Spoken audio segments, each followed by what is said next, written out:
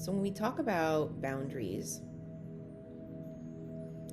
a lot of us do struggle with the concept of boundaries, not being sure where we finish, where the other person starts, where our mind begins, where our body starts, right? Like it's like everything has a beginning, everything has an integration. So where does our mind begin to connect to the body? Where does the body connect to the soul, right? So it's all inclusive. But it's really understanding those components to be able to understand how we communicate boundaries. So, a great quote: the best interiors are a mirror of the soul. By listening carefully, we design not just with material, but with emotions and intentions. Emotions and intentions are really, really important because that will indicate on a sensational level what we allow in, right? So it's like interior design and how we communicate. So when we're thinking about us versus somebody else, or us versus our job, us versus us, even a spiritual practice, there's the body, there's the human, and then there's the entity that either we're trying to integrate, right? A diet. So it really, boundaries is the way we communicate.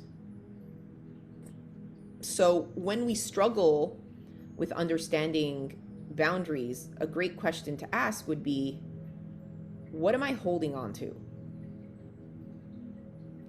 Because that can also create clutter, right?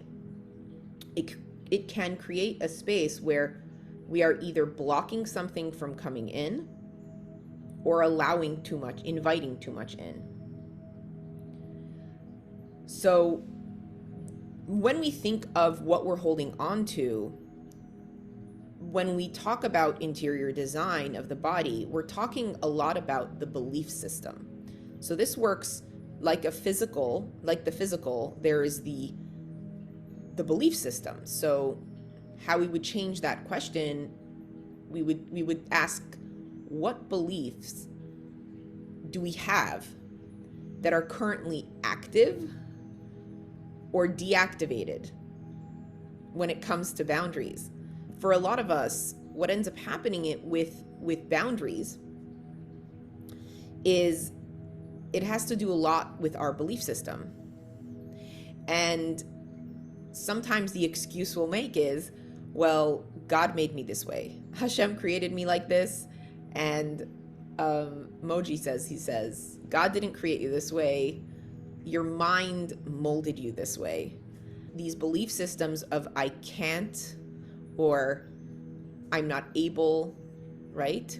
Or I don't, on the flip side, like with authority, right? Like either I need to fully control this, or I'm fully responsible, right? There's this extreme of this table has to be fully clean, this class has to be fully perfect, my body has to be exactly at this weight. Those belief systems are not the way God made us. It's not the way Hashem intended. It's what our mind has accumulated over time. And when we understand that every single one of these pieces end up impacting the way that we communicate our belief system in boundaries itself, we begin to take accountability to shift that slightly. We assume that everybody has the same boundaries as we do, right? So we think if I'm going to be open with somebody, they're going to be open with me. If I really like somebody, they're going to like me too, right? And it works the same with food, where we could love pizza and pizza can't always agree with us daily, you know? So it's just noticing that what are the assumptions that we're making towards the concept of boundaries. So The next thing is to that with boundaries in itself, a lot of times the boundaries that we create, right, that belief system that is molded, has a lot to do with our ego. There's this like almost like an external entity, right? Like the ego is like this inflated idea, which sometimes either paralyzes us or blocks us from going into a space, or when we do enter an environment, we go into that environment less aware. And then we wonder, like, why is this environment not communicating what I need? Or why am I not able to reciprocate? So a lot of times we'll go into an experience where either we'll feel really good about ourselves or we'll feel really horrible, and we'll be like, what went wrong, right? And it's like, but we followed protocol, right? And there is these ideas, rather than integrating and noticing that it's impossible to communicate accurate boundaries if we're only in our head, right? So knowing that if there are certain belief systems, like we'll just use failure for an example. If we go around feeling like a failure, let's use failure as a belief system here. I always fail, right? Same. I always fail. And it could be failing at something as dumb as, I don't know, baking a cake. Or I always fail at doing my makeup, right? Simple things. I fail at being consistent at going for a walk. If we integrate that into our belief system, then we begin to wear failure. So when we go back to the quote, that first quote, it becomes like a material. It becomes like part of the materials, the emotion and the intentions, right? It becomes almost something that we wear. So just noticing that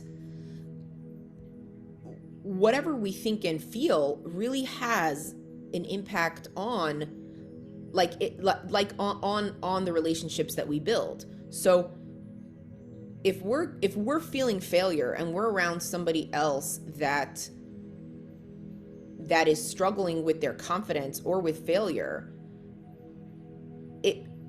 the conversation or the energy can really get muddled.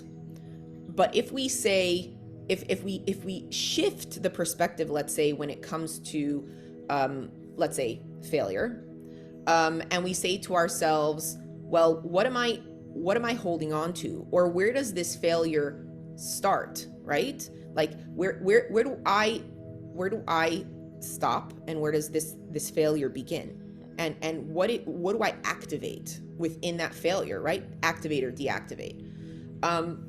So for failure in general, a lot of times people have this really negative experience with failure, when failure is actually one of the greatest components we have in life.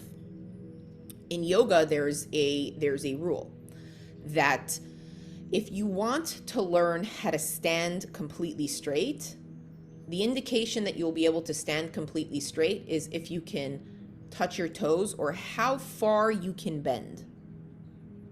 And then they say, if you want to be able to bend really low or be able to flex the spine, it's also how straight you can stand. So there's a polarity in the sense of it's not so much about the failure itself, but if you think about failure as this flexibility of understanding the boundaries, right? When we're able to, right, when you look at somebody that spine isn't so straight, you don't have to be a professional to know that person cannot bend all the way down. And if somebody is bending, you can by looking at them, you can tell how straight they're going to be able to stand. When we think of our boundaries and we understand that there has to be an elasticity there, that if we want to understand failure, right, we cannot come from a place where we say, I am a failure or what I do is a failure. We have to understand it as part of the flexing. I'm bending. I'm learning how, right? It says Shiva Pamim, the tzaddik, he falls and then he stands back up. So it says and we have to integrate this into our life. It's not about, he doesn't become a failure when he falls. It's this concept of learning how to bend, because the farther he can bend, the taller he can stand. So when we have our perception towards failure then, and we learn that, oh, when I'm not so good at something, I have the ability to adjust my skills to perfect it, rather than decide that I am this and I am that. We can take that energy into the world. We can introduce that energy into the world where it creates a lot more flexibility. It doesn't become a boundary where we are this or we are not this. There's that room to play, there's the room to flow, which is such a key component of this experience. So then it will change. If you feel like a failure, for example, you will struggle with absorbing. With absorbing either nurturing or even the skills that you need to learn or explore to get better at what you need to do. And what that really is there is ego. So to be able to build our boundaries, we have to also ask ourselves, what am I able to absorb and what am I not able to absorb? What shape am I in right now? This is emotionally. And this kind of goes to emotional digestion, right? What am I able to digest? What am I not able to digest, right? It's winter, it's flu season. And something I've been hearing from a lot of people, which I had myself, was that you get sick and then it lingers for a while. And I had it linger for quite a while. And I knew in the 2 weeks in between me getting sick twice, I wasn't myself. I knew I needed more sleep. I needed more vitamins. I needed more hydration. In that moment, I knew that it wasn't time to do things I normally do, right? Or overwork myself. Understanding where you are, what you're able to absorb, will indicate a lot. But for a lot of us, we are not self-aware. And we're going to go into self-awareness soon to help us understand how to read ourselves in these situations. If we're not sure about our boundaries, right? If we're not sure, well, where is my boundaries? I'm not sure about my boundaries. A really great question to ask yourself is, how does this make me feel? Does this make me feel good about myself? Do I feel more alive? Or does this make me feel not so good? And that will help indicate what might need to be adjusted in the boundary in itself, right? So if something, you're not feeling so good about something outside of circumstance, right? So like me saying I was sick, if I'm not feeling good about going on a jog, in that circumstance, if I'm doing the math, right? I always say do the math. The math would be, I'm not feeling well, a run might not be the best idea now. A run might be a good idea when I'm feeling really well, but not, so it's doing the math. Where are you? And that will help knowing where you are rather than who you are. Because the ego is in the who. Where does your boundary move? And this is a really tricky one. Where does it move? Who has the power over moving your boundary? Right? So I know, for example, for myself, a boundary around food, we'll talk about food because that's an easy one. I could be really good with a diet a whole day.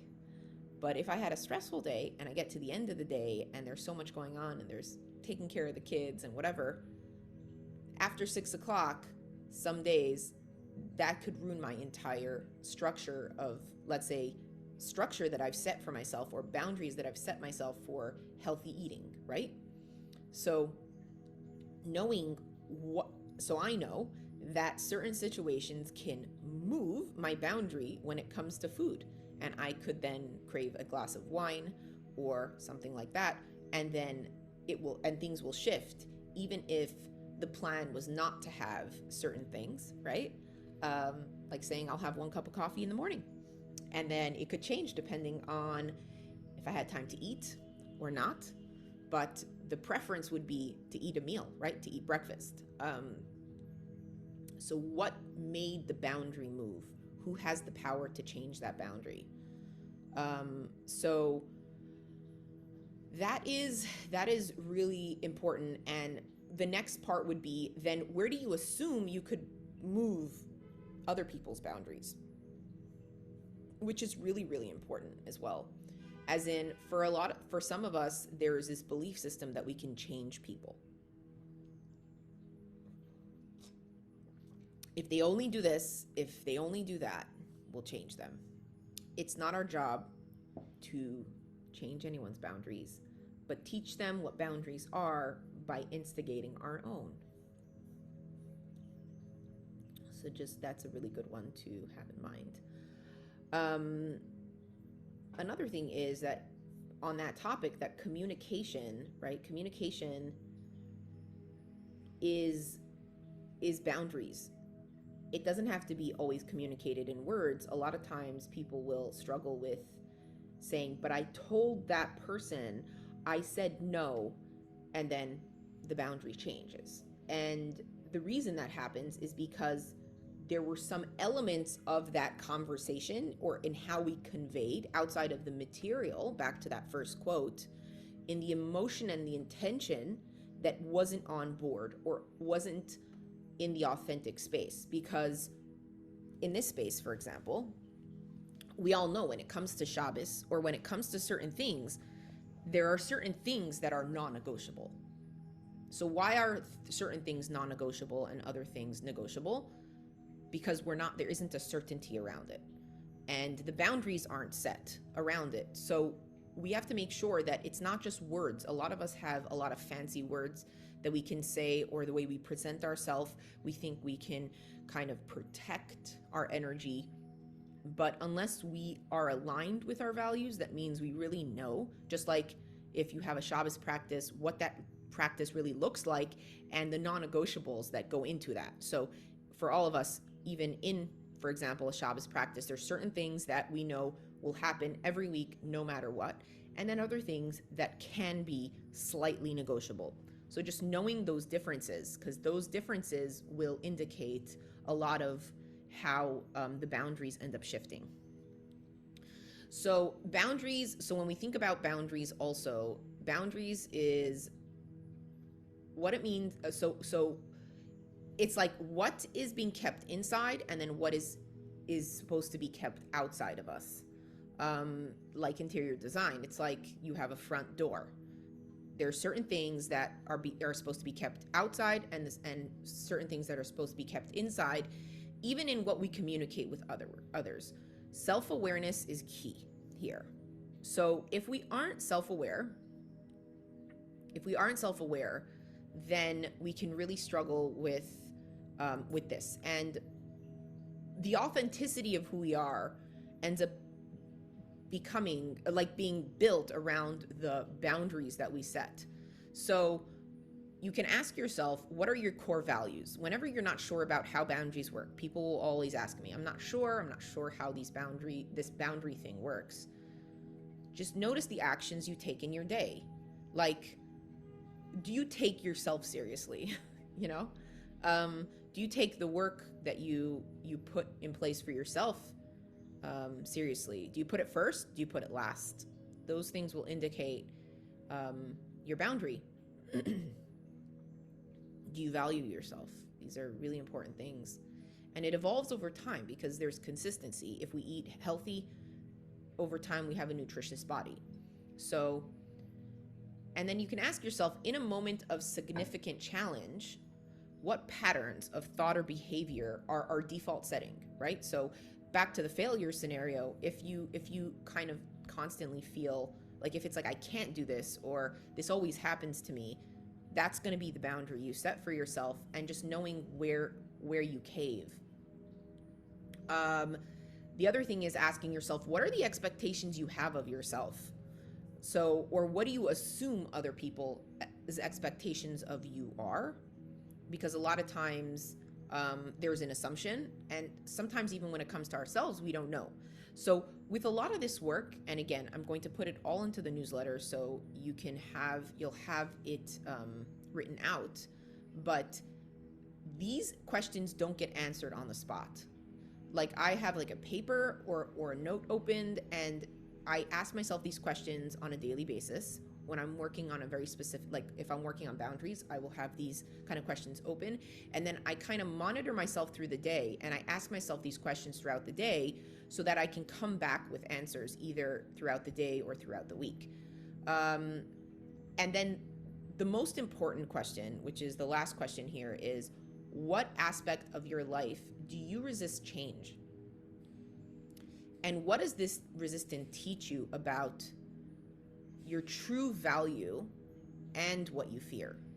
So that's like really, really important. Noticing where the resistance is.